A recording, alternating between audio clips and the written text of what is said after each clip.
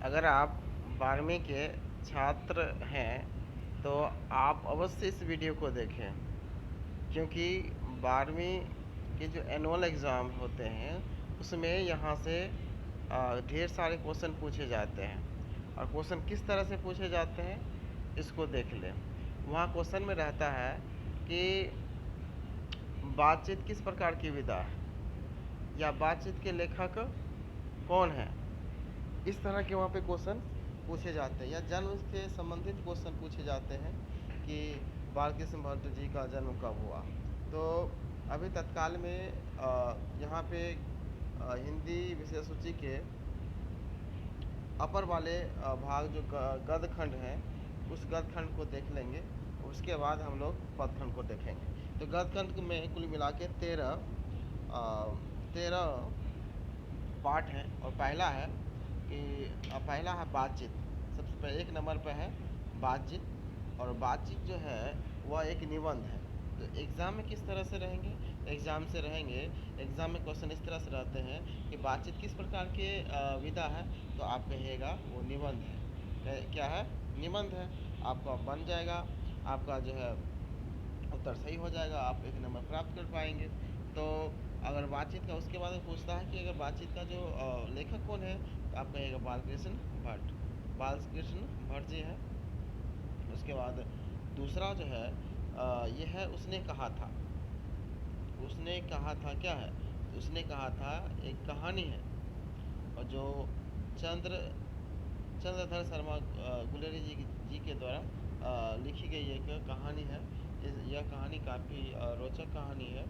और उसने कहा था में एक पात्र रहते हैं लहना सिंह, और लहना सिंह और एक सूबेदारनी रहती है, उस पर आश्रित कहानी है। और तीसरा जो है वह है संपूर्ण क्रांति। संपूर्ण क्रांति वो भाषण है, भाषण।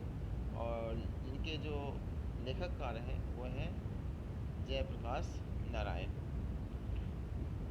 और चौथा की बात कर ले तो अर्धनारीश्वर है। और अर्धनारीश्वर जो है वह निबंध है, और निबंध है। और जो जिसके लेखककार रामधारी सिंह दिनकर हैं। और 5वां नंबर में रोज जो कहानी है, और जो सच्चिदानंद हीरानंद वात्सल्यन अज्ञा जी के द्वारा लिखी गई है। छठा नंबर स्थान पे है एक लेख और एक पत्र, जिसके लेखककार हैं भगत सिंह। और 7वां स्थान पे ओ सदानी राम, जो एक यात्रा वृत्तांत है, जो जगदीश चंद्र माथुर के द्वारा लिखी गई है। और 8वां नंबर पे जो सिपाही की माँ है, एक एकांकी है, बहुत ही इसमें बहुत ही एक अलग तरह की बात रखी गई है सिपाही की माँ।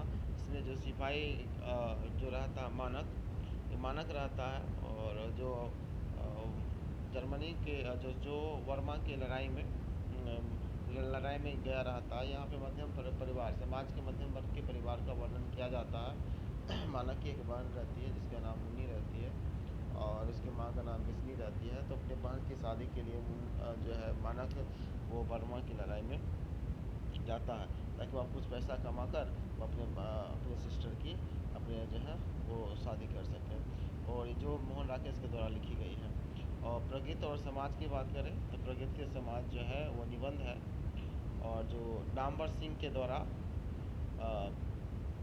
लिखी गई है। और 10वां स्थान पे है वो जूठन है।